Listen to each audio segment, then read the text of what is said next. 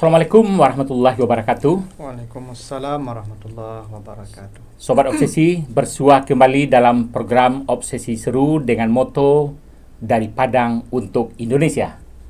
Pada episode yang ke-40 ini, kami menghadirkan seorang ustadz, dosen dari UIN Imam Bonjol Padang.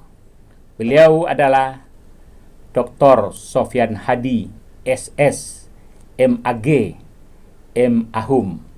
Selamat siang, Pak Ustadz. Selamat siang. Assalamualaikum warahmatullahi wabarakatuh. Waalaikumsalam warahmatullahi wabarakatuh. Pak Ustadz, kalau kami melihat di dalam status media sosial Pak Ustadz, itu banyak sekarang penjelasan tentang persoalan keagamaan yang menjelaskan dari sudut pandang bahasa, gitu ya. Itu yang menjadi buku sekarang itu tampaknya. Benar? Iya Pak. Ya, itu mulai saya menulis itu di akun media sosial itu sekitar bulan April 2019. 2019. Waktu heboh-hebohnya Pilpres. Okay. Itulah awal saya mulai menyampaikan pesan-pesan dengan melihat kondisi masyarakat kita ketika itu yang terbelah. Lalu saling hina, saling ejek, saling caci, bahkan sudah dalam situasi yang mungkin sudah tidak kondusif lagi dalam kehidupan kita sebagai warga negara yang terkenal sebagai masyarakat yang santun. Seakan-akan hilang kesantunan itu untuk hal-hal yang mungkin jabatan tidak berapa lama yang diperebutkan. Maka kegelisahan itulah kemudian saya mulai menulis di akun saya di Facebook. Tapi kemudian tulisan itu banyak respon dari kawan-kawan, banyak yang di-share, bahkan satu artikel itu bahkan sampai 200 kali di-share. Dan itu kemudian saya mencoba agak lebih serius, bukan hanya pesannya tapi juga menyampaikan keilmuan. Kebetulan saya basisnya itu sastra Arab. Disertasi saya tentang stilistika. Maka saya ingin menjelaskan bagaimana keunikan bahasa Al-Quran itu dalam konteks ilmiah, tapi tidak keluar dari misi pertama, menyampaikan pesan itu. Pesan itu saya sampaikan setelah saya jelaskan kerangka ilmiahnya dan penjelasan akademiknya, sehingga kawan-kawan yang mungkin misalnya punya latar belakang keislaman, atau mungkin punya kemampuan bahasa yang cukup, atau mungkin punya basic bahasa Arab walaupun tidak terlalu standar, tapi karena itu saya menjelaskan kaidah atau teoritisnya itu sangat sederhana, tidak detail, karena yang saya tuju bukan gramatikalnya, bukan teoritisnya, tapi pesan di balik itu ya. Nah, sampai 2020 pertengahan banyak kawan-kawan yang kemudian para ustadz juga yang meminta agar ini segera diterbitkan, dibukukan. Lalu ada kawan yang membantu di Jakarta, katanya tidak apa-apa, dikumpulkan saja dulu, nanti kita bagi bertema. Maka akhirnya akhir tahun 2020 ini, maka terbitlah jadi 5 buku nih. 5 buku ya. Dibagi per tema. Yang intinya ini kajian tentang stilistika Al-Quran. Lalu kita menyampaikan pesan itu dengan sangat, dalam tanda kutip, sangat elegan, karena tidak menggurui. Kita hanya menyampaikan teorinya, faktanya, dan pesannya, kira-kira begitu. Itu selalu yang dikupas persoalan-persoalan kekinian yang dari sudut pandang agama. Betul. Persoalan kekinian, sehingga pembaca juga mendapatkan sesuatu yang sifatnya update. Memang ada persoalan kekinian, kemudian saya coba lihat, saya baca referensi. Kebetulan saya juga termasuk yang agak rajin juga menyimak YouTube. Kajian-kajian keislaman atau tafsir yang ulama-ulama besar yang memang ahli di bidang bahasa. Lalu itu yang menjadi inspirasi saya. Saya mencoba merekonstruksi ulang kembali dengan melakukan kontekstualnya dengan masyarakat kita. Maka alhamdulillah ini lahir buku 6 ya. Sekarang masih ada satu lagi yang mungkin saya rencanakan ya, awal tahun ini terbit satu lagi yang sejak November sampai sekarang tuh masih dalam bentuk softnya. Softnya. Yang ini sampai Oktober saja 2020. Oke, kita masuk secara khusus ke buku ini. Buku ini diterbitkan sekarang berapa nih? 5 nih ya? Ada 5. Ini ada dalam 5. tahun 2019 sampai 20, 2 tahun. Oh, 2 tahun ini ya. Terbitnya 2019 ada, 2020 ada. Terbitnya satu kali. Terbitnya hanya 2002 sekali ya. Nah, naskahnya memang sudah 2 tahun ya. Awalnya saya memang belum berencana menerbitkan. Tapi karena desakan ini kawan-kawan karena merasa ini sangat bernilai secara akademik, katanya ini rugi rasanya kalau mungkin memang kalau di Facebook kan terbatas pembacanya. Kalau dipublis kan nanti orang bisa mengakses dan lebih permanen, abadi nanti. Jadi saya juga berpikir ya mudah-mudahan ini jadi amal jariah saya, maka saya tulis. Dan alhamdulillah responnya cukup baik. Gitu. Oke, kita lihat satu persatu. Buku yang awal terbit 2020 ya, ke-5-nya nih ya. Buku yang mana yang pertama? Yang lebih dulu terbit? Ya semuanya. Kalau kita urut. Ini serentak ya. Oke, kita lihat pertama dulu. Jadi kita bagi saja per tema. Yang pertama bukunya tentang apa ini? Ini tentang judulnya Kilauan Hikmah. Ini saya Kilauan Hikmah di balik diksi dan narasi. Itu kira-kira persoalan-persoalan apa yang dibahas dalam buku ini? Ini lebih ke kisah dari Nabi Adam sampai Nabi Muhammad. Tapi saya lihat dalam konteks stilistika, dalam konteks diksi dan narasinya. Ini dari Nabi Adam sampai Nabi Muhammad. Ini misalnya begini. Nabi Adam itu Allah sebut sebagai khalifah. Ini contohnya ya. Fil ardi khalifah. Saya ciptakan di muka bumi ini khalifah. Nah, pemimpin itu dalam bahasa Al-Quran itu ada minimal ada 2, ada imam, ada khalifah. Dua-duanya pemimpin. Secara diksi. Imam dan khalifah. Imam kan sama-sama orang yang di depan, orang depan yang memimpin. Cuman secara secara harfiah berbeda karena imam itu dia di depan sifatnya. Kalau khalifah dari kata khalfun, dia di belakang. Oh, di belakang artinya. Makanya khalfah itu di belakang, amama di depan. Oh iya. Amama imam ya. Imam. Khalfah tadi itu khalifah. Itu di belakang gitu. Jadi Nabi Adam itu disebut khalifah karena dia memang pengganti orang yang sebelumnya, makhluk sebelumnya. Itu satu. Jadi sebelum Nabi Adam sudah ada makhluk sebelumnya, maka dia disebut khalifah. Dia di belakang. Yang di belakang pasti ada yang dulunya. Berarti itu terakhir. Berarti Nabi Adam itu bukan yang pertama di bumi, kira-kira begitu secara diksi ya. Secara diksi. Tapi yang lebih penting dalam konteks kekinian itu begini. Kenapa dia disebut khalifah? Itu kenapa malaikat langsung protes. Apakah engkau akan menciptakan orang yang akan bertumpahan darah, yang akan berbuat kerusakan? Orang yang akan bertengkar sampai berbunuh-bunuhan. Kenapa kepemimpinan itu disebut khalifah? Karena khalifah itu dari kata khalaf yang tidak hanya di belakang, tapi khalaf juga berarti bertikai. Bertikai juga itu artinya. Ikhtilaf. Di kata yang sama itu. Ada kata khilaf. Kan berbeda. Jadi Allah ingin katakan memang begitulah kepemimpinan. Bila engkau menjadi pemimpin, maka siap-siap ada oposisi. Oh, itu artinya gitu. Dengan kekiniannya tadi itu ya. Kalau Anda mau jadi pemimpin, tidak siap menerima oposisi, maka Anda mundur saja. Karena yang namanya khalifah tadi pasti itu ada khilaf. Ada khilaf. Pasti ada pertikaian. Ada pertikaian. Kalau tidak ada Anda mau menerima pertikaian, jangan jadi pemimpin. Yang nggak ada pertikaian itu kita jadi rakyat biasa aja, tidak ada oposisi. Tapi begitu kita memilih jadi pemimpin, maka siap-siaplah jadi ada penentang Anda. Ada oposisi. Jadi saya ingin katakan begini, para pemimpin harus sadar diri. Ketika dia sudah menduduki jabatan, maka siap dia menerima kritikan orang, siap menerima bahkan makian orang, karena itu konsekuensi logis dari kata khalifah. Kenapa Nabi Adam disebut itu? Kenapa itu iblis langsung jadi oposan? langsung jadi karena oposisi. Namanya memang khalifah.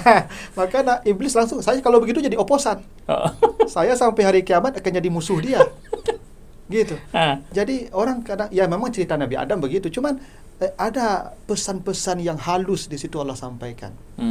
Misalnya Sama juga Nabi Daud dalam Al-Quran. Ya. Ya, itu disebut juga khalifah. Kenapa Nabi Daud disebut khalifah? Khalifah itu kan arti keduanya belakang. Ya, ya. Di belakang. Ya. Jadi pemimpin itu dia tidak mengedepankan kepentingannya, tapi dia membelakangkan kepentingannya. Yang depan kepentingan rakyat. Maka Nabi Daud itu orang yang paling banyak tidak makan, yang paling banyak tidak tidurnya. Maka Nabi Daud itu kata Nabi Muhammad, kata Rasulullah, manusia yang paling sedikit makan, yang paling sedikit tidur. Kan Nabi Daud itu makannya 6 bulan saja setahun, 6 bulan tidak makan, 6 bulan makan.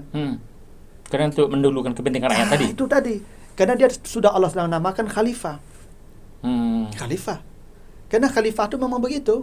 Dia di belakang, tidak di depan. Jadi Al-Quran itu diksinya itu sangat jenius. Tidak kebetulan. Tapi kenapa Ibrahim disebut imam? Inni ja'iluka linnasi imamah. Nabi Ibrahim disebut imam oleh Allah, tidak disebut khalifah. Kenapa? Karena Nabi Ibrahim itu pemimpin spiritual. Oh, pemimpin spiritual. Nabi Ibrahim dia tidak raja. Nabi Daud raja. Dia tidak punya wilayah. Cuma Nabi Ibrahim menjadi panutan semua agama. Oh, begitu. Karena dia nomor 1. Yahudi melihat dia contoh. Islam melihat dia contoh. Nasrani melihat dia contoh. Karena dia imam. Dan imam itu kata Allah, wa izib tala Ibrahim rabbuhu, ketika dia telah melewati serangkaian ujian. Imam itu keteladanan. Tak boleh orang berbeda dengan imam. Dia ruku, orang ruku. Dia sujud, tak boleh ada oposan. Oh ya, kena dia imam ya. Dalam imam tak boleh ada oposisi. Tak boleh ada oposisi. Maka tak ada oposisi Ibrahim. Yahudi pengikut Ibrahim, Nasrani pengikut Ibrahim, Islam pengikut Ibrahim. Semua tidak ada yang merasa dirinya berbeda dengan Ibrahim. Kenapa? Ibrahim imam. Kenapa imam? Dia sudah melewati serangkaian ujian kelayakan oleh Allah. Yang jadi imam mesti ujian kelayakan, karena dia akan jadi teladan. Tapi khalifah, bisa pemberian. Jadi khalifah kadang-kadang karena dia tidak diikuti, karena dia akan ada oposan nanti. Jadi begitulah diksi Al-Quran. Jadi pemimpin spiritual itu memang tidak ada oposan. Jadi kalau tidak ingin jadi oposan, jadi pemimpin spiritual. Makanya khatib tidak ada interupsi. Karena pemimpin spiritual ya. Imam, dia tidak boleh pemimpin spiritual itu diinterupsi. Makanya ketika khutbah Jumat berlangsung, jangan interupsi. Biar sajalah. Beda dengan khalifah. Harus ada khilaf, harus ada penentangnya, oposannya. Jadi begitulah bentuk karakter kepemimpinan spiritual dan kepemimpinan dunia temporal yang Allah gambarkan. Berarti dengan kekinian, berarti dengan persoalan-persoalan kepemimpinan sekarang, pilkada menjadi ini, itu kaitannya apakah dengan khalifah tadi atau dengan imam? Gini, kalau kepemimpinan duniawi pasti khalifah. Begitu ya. Kepemimpinan spiritual pasti imam. Karena itu yang berdiri di depan salat tidak disebut khalifah, tapi disebut imam. Karena memang tidak boleh oposan. Dan memang orang di sana itu kan pertama syarat jadi imam itu apa? Yang paling baik Qur'annya bacaannya, yang paling banyak hafalannya, yang paling banyak dalam ilmunya, yang paling alim, yang paling saleh akhlaknya. Kan itu syarat jadi imam. Kalau pemimpin kan tidak ada syarat-syarat begitu. Berarti begitu untuk kepemimpinan dunia ini pasti saja akan ada oposisi, begitu ya. Itu konsekuensi karena Allah menamakannya khalifah. Makanya inni ja'ilun fil ardi khalifah. Saya jadikan kepemimpinan di bumi ini namanya khalifah, kata Allah. Makanya kalau begitu ya enggak apa-apa, kata iblis, saya oposan. Jadi itu memang begitulah pesannya. Jadi kisah-kisah dalam Al-Quran itu bukan hanya sebuah narasi ya. Tapi kita kalau mau melihat soal-soal diksinya, struktur kalimatnya, hingga memang narasinya, memang itu serat dengan nilai-nilai yang sangat agung dan lembut. Nah, inilah yang coba itu ya, model-model seperti itulah isinya dalam buku ini ya. Kira-kira isinya, misalnya seperti Talut. Talut itu diutus jadi raja ke Bani Israel. Lalu protes ini orang. Ya, dia akan berdoa kepada nabinya, minta, ya, tolong minta ke Tuhan lah. Kan udah sejak Nabi Musa tidak ada pemimpin. Ya, sekarang kami ingin ada pemimpin yang akan memimpin kami ini. Maka turunlah wahyu, kalian akan dipimpin oleh Talut. Tapi itu di surah Al-Baqarah. Ini ada di sini juga saya tulis. Kaget orang Bani Israel nih. Loh, Talut.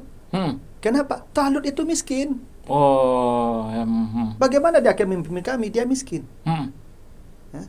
Maka kata Allah, nanti dia akan ditambah dengan bastatan fil ilmi wal jism, akan dilapangkan untuknya ilmunya dan badannya. Jadi ada di sini. Jadi cara pandang masyarakat sejak dulu. Kalau jadi pemimpin itu memang kaya. Orang kaya. Orang kaya. Orang punya uang itu ya. Kalau tidak kaya tidak bisa jadi pemimpin. Itu kenapa kalau jadi datuk itu memang kayu loh. Ya memang harus dipilih ya orang. Sebab kalau di kampung tuh kalau tidak kaya jadi datuk, tak turut lagak orang. Itu bahasanya. Jadi kalau kaya tidak apa-apa jadi datuk lah. Tapi Al-Quran menjelaskan bukan kaya syarat jadi pemimpin. Bastatan fil ilmi. Keluasan ilmu. Oh, ilmunya. Ilmu. Itu syarat jadi pemimpin. Memang kapasitas intelektual itu jadi pemimpin. Makanya kata Allah, wazadahu bastatan fil ilmi, akan ditambah ilmunya. Ilmunya yang menjadi patokan pertama, bukan hartanya, bukan fisiknya, tapi ilmu. Karena pemimpin itu dia tidak membagi uangnya. Pemimpin itu dia membuat konsep untuk sebuah kebijakan besar yang membuat perubahan besar pada masyarakatnya. Dan itu perlu ilmu. Makanya Nabi Sulaiman, ulimna mantiqat tair, saya diberi ilmu oleh Allah baru jadi raja. Jadi memang ilmu tuh, jadi memang jadi pemimpin itu perlu kapasitas. Tak bisa nak kapasitas itu tidak ada. Memang ilmu itu syarat mutlak. Itu Allah sebut begitu. Tapi hebatnya Allah tidak mengatakan ilmunya banyak.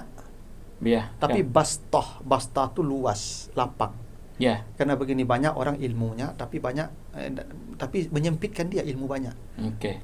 Ilmu itu bukan banyaknya yang penting, tapi melapangkan untuk kita dan untuk orang lain. Jadi begitulah serat pesannya dalam Al-Quran itu. Itu cerita-cerita para nabi itu banyak dalam ya? Al-Quran itu banyak. Oke. Kita ingin masuk tadi tentang oposisi di kepemimpinan duniawi tadi itu ya. Itu bagaimana masyarakat menyikapi ini? Masyarakat sudah mereka sama mereka kan juga tabrakan ini ya. Ada dua kelompok kadang-kadang seperti itu. Padahal bagaimana iktibar atau bagaimana masyarakat mensiasati yang terjadi ketika ada konflik ini. Kadang-kadang dia berlarut lama-lama seperti itu. Bagaimana dari sudut pandang agama itu sebetulnya? Ya sebetulnya pertikaian, perbedaan pendapat itu dalam Al-Quran dibolehkan. Makanya kata Allah, wala takunu kallazina tafarraqu wakhtalafu. Ini redaksinya bagus dalam Al-Quran. Di sini juga saya tuliskan.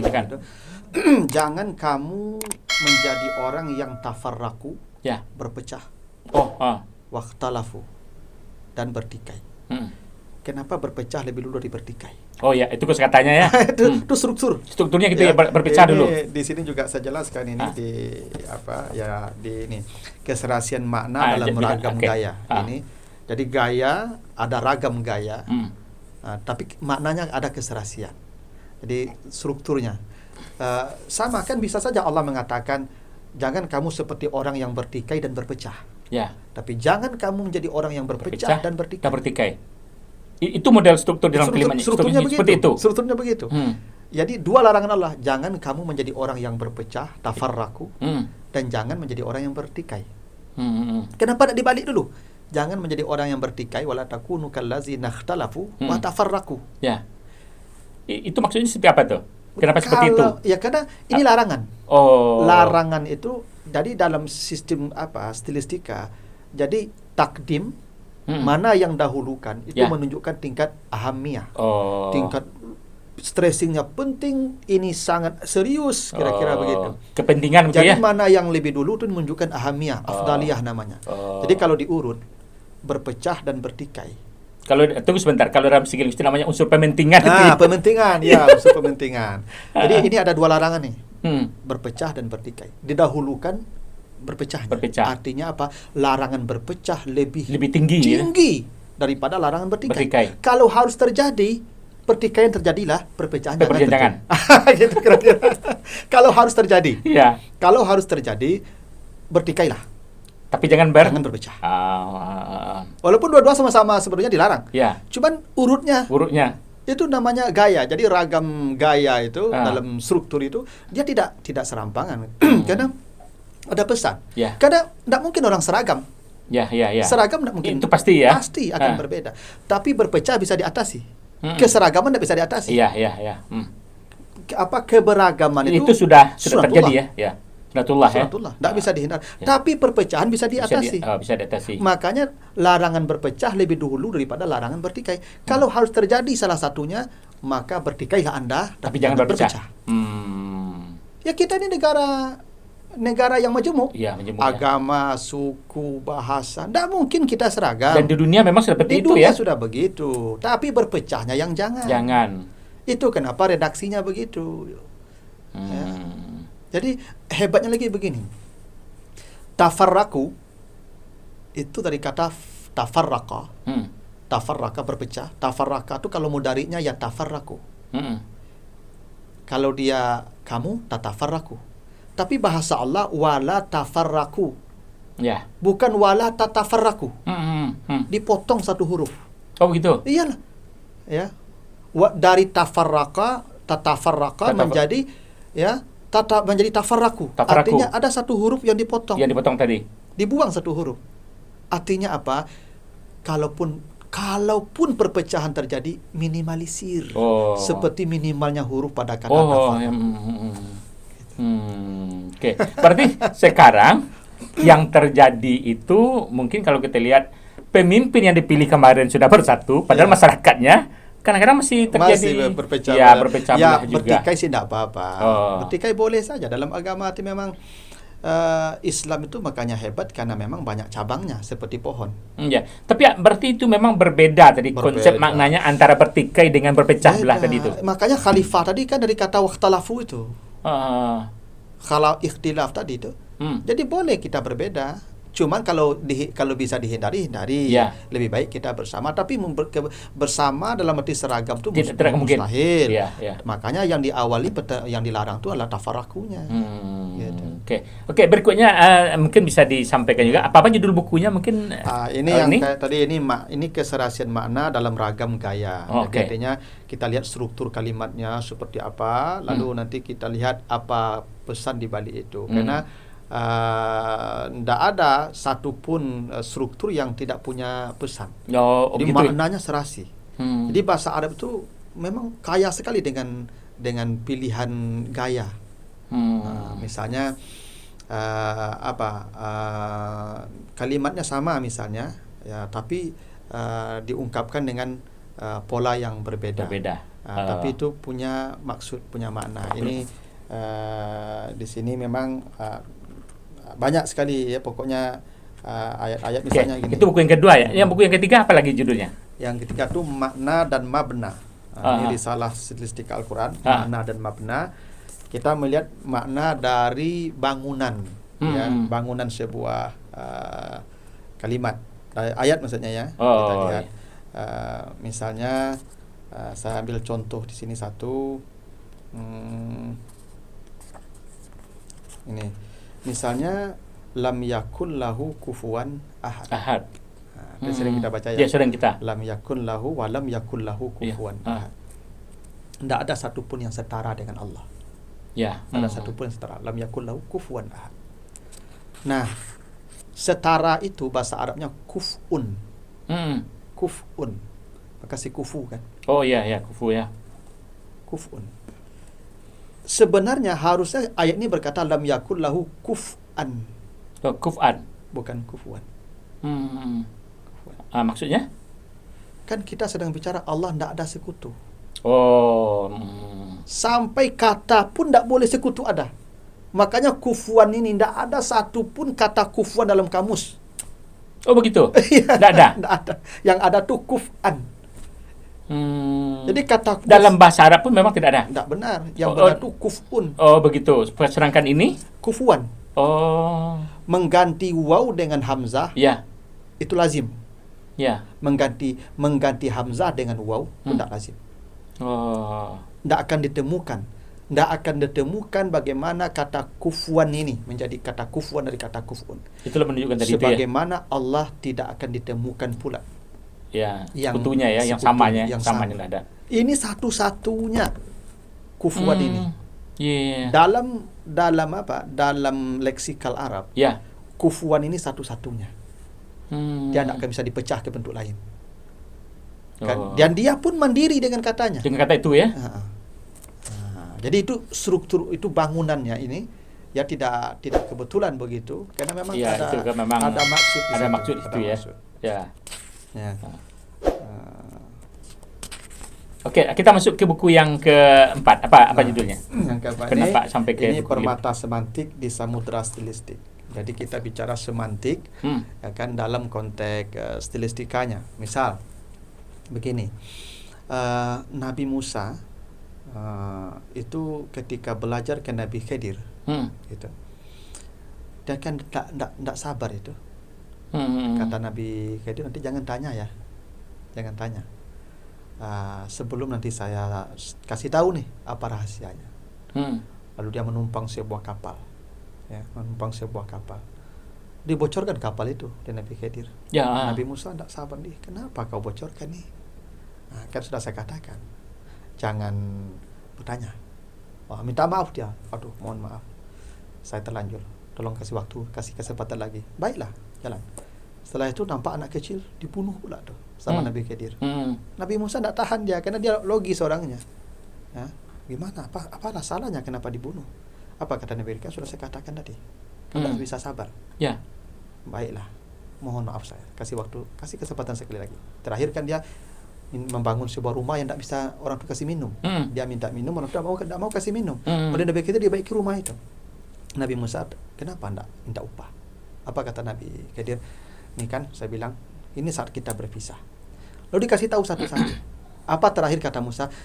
Kata Nabi Khidir ke Nabi Musa, zalika ta'wilu ma lam tasti' alaihi sabra.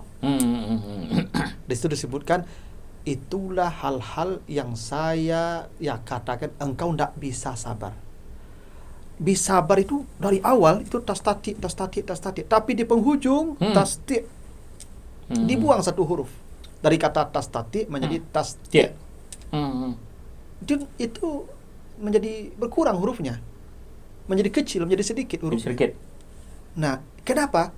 Karena dalam stilistika ini bedanya dengan balaghah. Kalau balaghah itu kan kita hanya bicara tentang muqtadal hal, kesesuaian kata kalimat dengan lawan bicara. Oh, gitu. Oh. Tapi kalau stilistika dia akan bicara juga tentang pembicara. Oh, dengan pembicara. Bagaimana kondisi pembicara? Siapa yang sedang bicara? Itu juga akan dilihat. Kenapa misalnya Nabi Khidir mengatakan lam tasti bukan lam tastati? Karena nih Nabi Musa ini memang orang yang tidak bisa sabar. Ya. Sabar Nabi Musa ini sedikit. Seperti sedikitnya huruf pada kata tasdid. Oh, begitu. Seperti berkurangnya huruf pada kata tasdid yang harusnya tastati. Dan ini juga disebut Allah di ayat berikutnya ketika Allah menceritakan Nabi Musa pulang ke kaumnya. Ya, lalu dikatakan Nabi Musa pulang ghadban asafa. Nabi Musa marah dan menyesal. Tapi pola katanya, strukturnya, ya, marahnya ghadban dengan huruf 5. Ren, dot, ba, alif, nun. Marah. Menyesalnya 3 huruf. As, a, alif, hamzah, sin, fa. Kenapa tidak sama-sama 5 huruf? Ghadban, asfan. Atau sama-sama 3 huruf. Ghadiban, asafan. Kenapa marahnya jadi 5 huruf?